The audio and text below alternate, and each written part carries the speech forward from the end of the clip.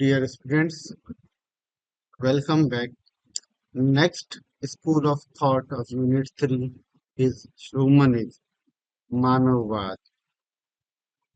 The word humanism has been freely applied to a variety of beliefs, methods, and philosophies that place central emphasis on what it means to be human. Frequently, the term is used with reference to a system of education and made of inquiry that devoted in northern Italy during the 40th century and later spread through Europe and England. Alternatively known as Renaissance humanism. This program was so broadly and profoundly influential that it is one of the chief reasons why the Renaissance is viewed as a distinct historical period. Origin and meaning of the term human.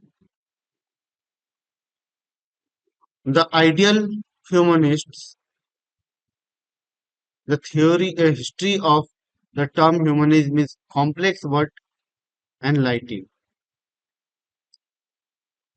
It was first employed as humanism by 19th century German scholar to designate the Renaissance emphasis on classical studies in education. These studies were pursued and endorsed by educators known as early as the late 50th century as humanistic. That is, professors or students of classical literature. The word humanistic derives from the studia humanistics, a course of classical studies that in the early 50th century consisted of grammar, poetry, rhetoric, history, and moral philosophy. The studia humanitatis were held to be the equivalent of the Greek pedia. Their name was itself based on the Latin humanistus, and educational and political ideals that was the intellectual basis of the entire movement. Renaissance humanism defines itself as an aspiration towards these ideals of virtue and wisdom. Humanitas meant the development of human virtue in all its forms to its fullest extent. The term thus implied not only such qualities as are associated with the modern word humanity, understanding, benevolence, compassion, mercy, but also such more aggressive characteristics as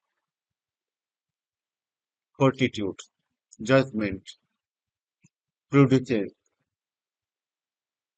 eloquence, and even love of honor. Consequently, the possessor of humanitas could not be merely a sedentary and isolated philosopher or man of letters, but was of necessity a participant in active life. Just as action without insight was held to be aimless and barbaric, insight without action was rejected as barren and imperfect. Humanitas called for a fine balance of action and contemplation. A balance born not of compromise but of complement. The goal of such fulfilled and balanced virtue was political in the broadest sense of the word. The purview of Renaissance humanism included not only the education of the young but also the guidance of adults, including rulers, via philosophical poetry and strategic rhetoric. It included not only realistic social criticism but also utopian hypothesis, not only painstaking resumments of history but also bold reshapings of the future. In short, humanism called for the comprehensive reform of the culture, the transfiguration of what humanists termed the passive and ignorant society of the dark ages into a new order that would reflect and encourage the grandest human potentiality. Humanism is a philosophical and educational movement that emphasizes the value and agency of human beings, individually and collectively. It advocates for a system of thought that centers of human interest, values, and dignity.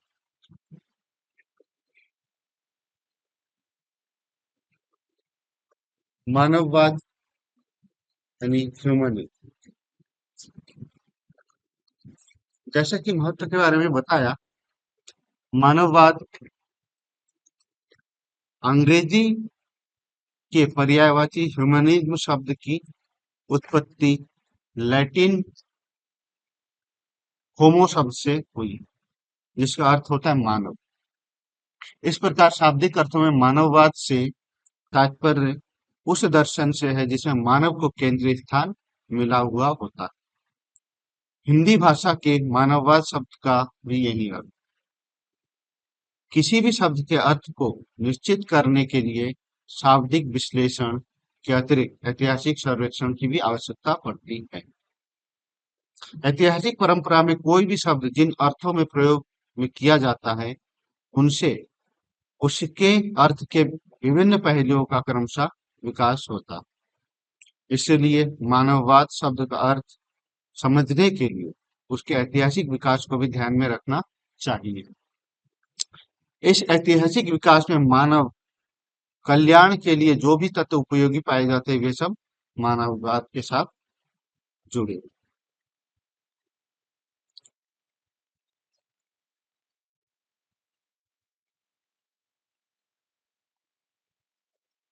now key principles of humanism in education individual dignity and worth humanism asserts that every individual has an intrinsic worth and should be treated with respect and dignity education should foster the development of the whole person including their emotional, social, and intellectual capacity.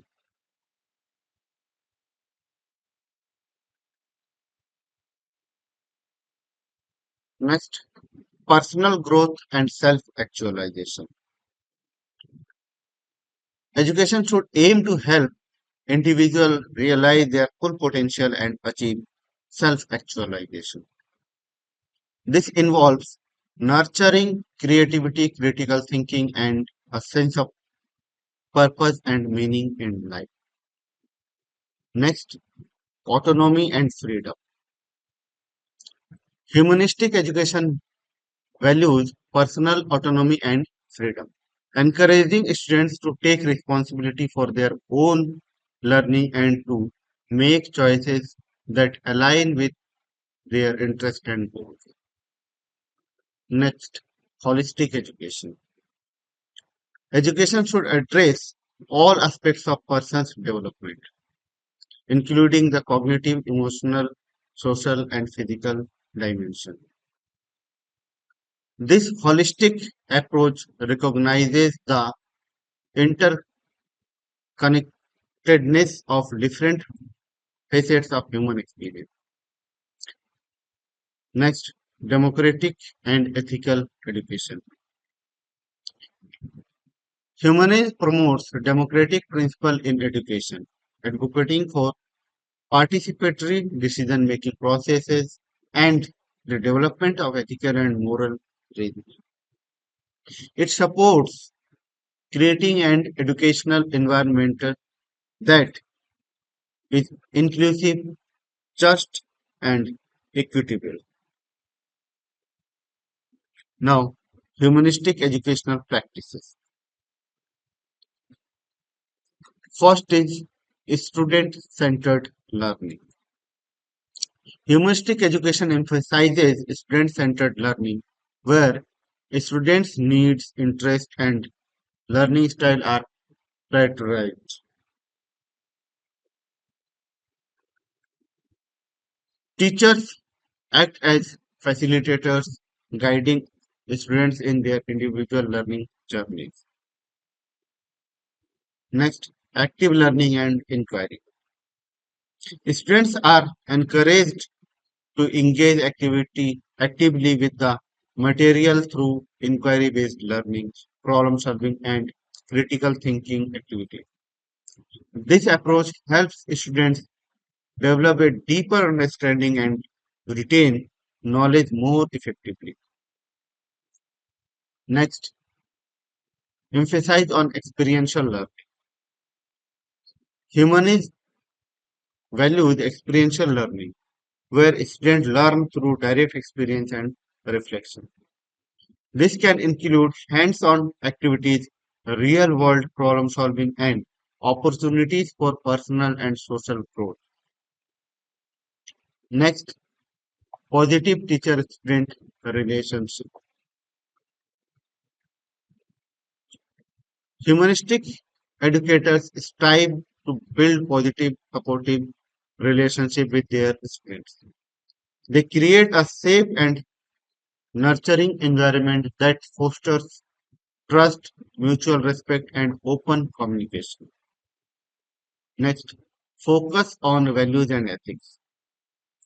Humanistic education incorporates discussions about values, ethics, and social justice, helping students develop a strong moral compass and sense of responsibility toward other and society. Now, historical and philosophical foundations of humanism. Humanism has its root to Renaissance with thinkers like Erasmus who emphasized the importance of classical learning and the potential of human development. In the 20th century, humanistic psychology, led by figures like Carl Rogers and Abraham Maslow, further influenced educational theory by highlighting the importance of self actualization and the conditions necessary for personal growth. Implication for modern education. In contemporary education, humanism continues to influence practice and policy. For example, educational reforms often emphasizes personalized learning, social emotional learning, and the development of 21st century skills such as critical thinking, creativity, and collaboration. Humanistic principle as underpin movements towards inclusive education, which seeks to accommodate diverse learners and create equitable opportunities for all students.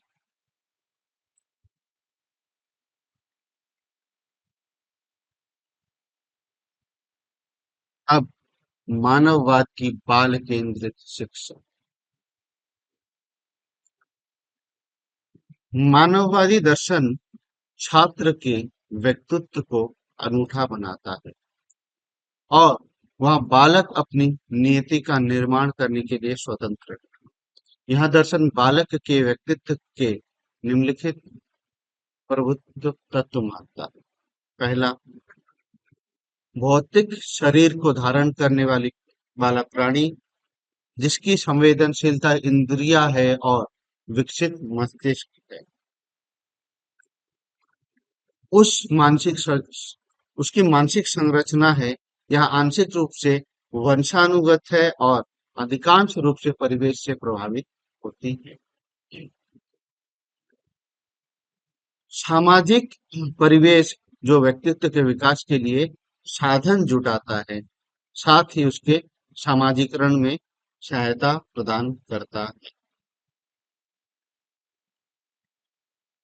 मानववादी और शिक्षक, humanist and teacher.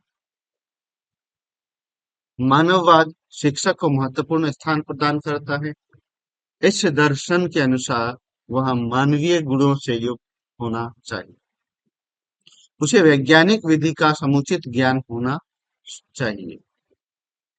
अध्यापक का दृष्टिकोण उदार, व्यापक एवं मानवीय होना चाहिए। अध्यापक को ऐतिहासिक प्रक्रिया का ज्ञान होना चाहिए। वह संपूर्ण विश्व को एक परिवार के रूप में देखे। वह बालक के बहुमुखी विकास में सहायता प्रदान करे। वह बालक पर अपना मत आरोपित न करे वरन उनके सामने तर्कनापूर्ण चिंतन के लिए अवसर प्रस्तुत करे।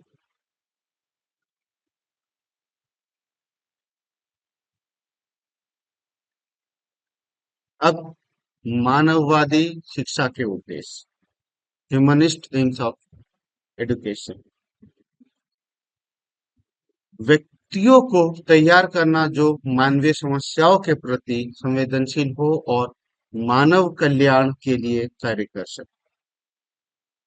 द्वितीय, व्यक्ति में पारस्परिक सृजनात्मकता, संघर्ष निवारण, विचार संप्रेषण, आदान प्रदान, राजनैतिक एवं सामाजिक संवेदनशील तथा संगठनात्मक क्षमता के गुणों का विकास करना। व्यक्ति में स्वतंत्र, विवेकपूर्ण तथा संतुलित व्यक्तित्व का विकास करना।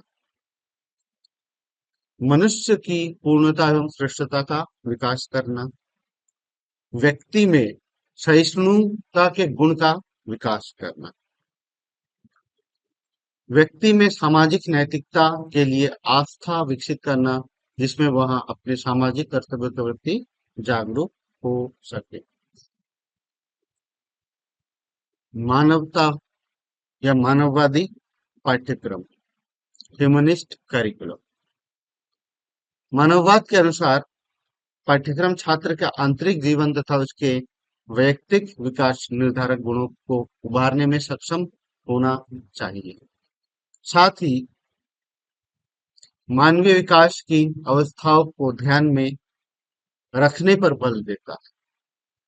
पाठ्यक्रम छात्र की योग्यता, अभिरुचि तथा अधिगम क्षमता के अनुसार होना चाहिए। साथ ही पाठ्यक्रम में नम्यता या लचीलापन, फ्लेक्सिबिलिटी होना चाहिए। पाठ्यक्रम में मानवीय आदर्श तथा सांस्कृतिक विरासत को स्थान मिलना चाहिए। उपयुक्त तथ्यों को ध्यान में रखकर पाठ्यक्रम में मानविकी विषय, साहित्य, आधुनिक भाषाएं तथा संगीत, ललित कलाएं आदि को महत्वपूर्ण स्थान दिया जाता है। इसके पश्चात पाठ्यक्रम में प्राकृतिक विज्ञानों को स्थान मिलना चाहिए।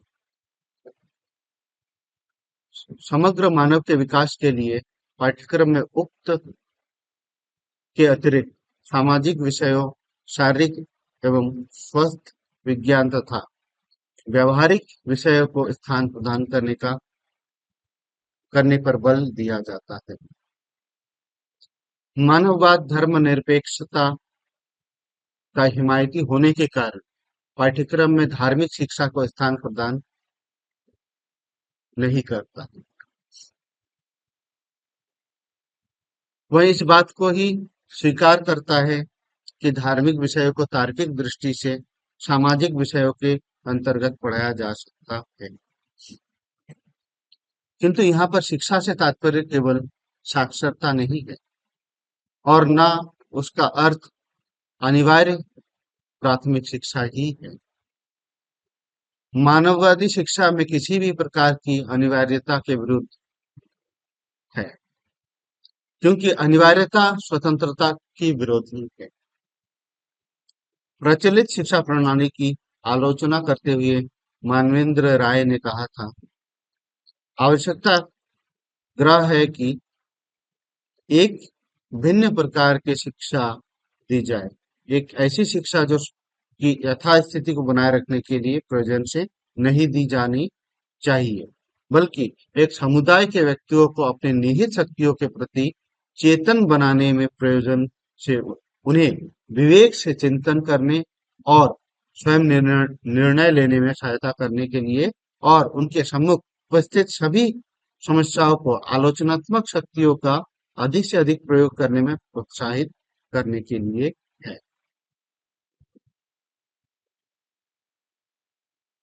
मानववाद के अनुसार कोई भी वर्तमान सरकार इस प्रकार की शिक्षा नहीं देती। लगभग सभी राष्ट्रों में सरकारी शिक्षा का उद्देश्य मानसिक दासता उत्पन्न करना है। इस शिक्षा में जनता को देशभक्ति के गीत गाने, राष्ट्रीय झंडों को प्रणाम करने, सरकार के द्वारा संपादित देशभक्ति के इतिहास का अध्ययन करने तथा इस प्रकार से सामूहिक रूप से कार्य करने के लिए प्रशिक्षित किया जाता है, जिसमें व्यक्ति अपनी स्वतंत्रता का कम से कम प्रयोग करे। अस्तु पिछड़े हुए और अशिक्षित देशों में यह मांग अत्यंत घातक है कि सरकार शिक्षा का प्रबंध करे। किसी भी देश में सरकार द्वारा नियंत्रित तथाकथित राष्ट्रीय शिक्षा सच्ची जनतंत्र शिक्षा नहीं है। मानववादी शिक्षण विधियां, ह्यूमनिस्ट मेथड ऑफ टीचिंग। प्रथम अधिगम लर्निंग। अधिगम की व्यापक अवधारणा के अनुसार शिक्षण मानव शिक्षण का मानवीय आयोजन होना चाहिए। अधिगम एक प्रायोगिक प्रक्रिया है जिसमें छात्र ज्ञान प्राप्त करने के लिए सक्रिय रूप से कार्य करता है। साथ ही वहां यह प्रक्रिया ज्ञानात्मक एवं भावात्मक दोनों देती है। वैज्ञानिक विधि, साइंटिफिक मेथड। मानववाद विज्ञान की अमानुषिकता का तो विरोध करता है, किंतु उसके वैज्ञानिक विधि को महत्वपूर्ण मानता है। इसके प्रयोग से छात्रों में तर्कपूर्ण चिंतन तथा वैज्ञानिक स्वभाव, साइंटिफिक टेम्पर का विकास किया जा सकता है। तृतीय मानववादी उपागम, ह्यूमनिस्टिक अप्रोच। शिक्षण के लिए जो भी विधि प्रयुक्त की जाए उसमें मानवीय लगाव, ह्यूमन टच जरूर होना चाहिए। साथ ही अंतर अनुशासनात्मक उपागम, इंटर डिसिप्लिनरी अप्रोच पर बल दिया जाए, जिससे ज्ञान की समग्रता का पता लग सके। अब मानववादी विद्यालय, ह्यूमनिस्ट स्कूल। मानववादी विचारधारा विद्यालय को सांस्कृतिक पर्यावरण के रूप में देखती है। इसमें लोकतंत्रीय विचारधारा को स्थान प्रदान किया जाता है। इस वातावरण में स्वतंत्रता समानता, भ्रातृत्व तथा सद्भावना को स्थान प्रदान किया जाता है। अंत में हम एच जी गुड के शब्दों में कह सकते हैं, शिक्षा में मानववाद मनुष्य की महान उपलब्धियों तथा विचारों का अध्ययन है। In education, humanism is the study of great human achievements and thoughts. अंत में मानवेंद्र राय के आमूलात्मक मानववाद के प्रमुख तत्व मानववादी शिक्षा की रूपरेखा स्पष्ट करते हैं, जो इस प्रकार है। मानववाद मानव प्रकृति में इस विश्वास का खंडन करता है कि वह मूल रूप से आस्थावान है। इसके स्थान पर वह इस वैज्ञानिक धारणा का समर्थन करता है कि मानव प्रकृति मूल रूप से विवेकशील है। मानव प्रकृति की विवेकशीलता के आधार पर यह मानता है कि प्रत्येक मनुष्य में ज्ञान प्राप्त प्राप्त करने की सामर्थ्य है और इस प्रकार वह मानववादी सामाजिक व्यवहार की समस्याओं को विवेकपूर्ण सुलझाना चाहता है। मानववाद नैतिकता को सामाजिक और राजनैतिक चिंतन का आधार बनाना चाहता है, क्योंकि मानव संस्कृति में नैतिक मूल्य प्रमुख है। मानवेंद्र राय के अनुसार वह साहसपूर्वक कहता है कि चूंकि प्रत्येक मनुष्य विवेकशील है, इसलिए वह स्वयं नैतिक भी बन सकता है। मानववाद के सिद्धांत एक ऐसा समाज दर्शन उपस्थित करते हैं जिसके द्वारा मानव जगत के वर्तमान संकट को दूर किया जा सकता है। मानववाद अतिमानव की फांसीवादी धारणा का खंडन करती है, जो कि अनेक तथाकथित क्रांतिकारी समाज दर्शनों में जड़ जमा चुकी है। आमूलात्मक मानववाद के अनुसार समानता और स्वतंत्रता समान रूप से महत्वपूर्ण है। अस्तु सामाजिक परिवर्तन का सबसे आसान उपाय स्वयं व्यक्ति को एक नैतिक प्राणी बनने में सहायता करना है। इस प्रकार के नैतिक नर नारियों के बड़ी संख्या में उत्पन्न होने से ही क्रांति संभव हो सकती। मानववाद शब्द और साधन में किसी भी प्रकार का अंतर नहीं करता और इन दोनों में एकता मानता है। वह वर्तमान पर जोर देता है और वर्तमान में परिवर्तन के द्वारा श्रेष्ठ साधनों से श्रेष्ठ भविष्य का निर्माण करना चाहता है।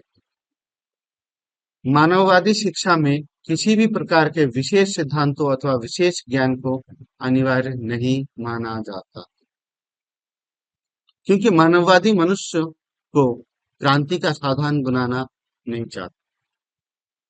मनुष्य ही क्रांति के साध्य है और इसलिए सच्ची शिक्षा नर नारियों को पूर्ण रूप से स्वतंत्र बनाती है।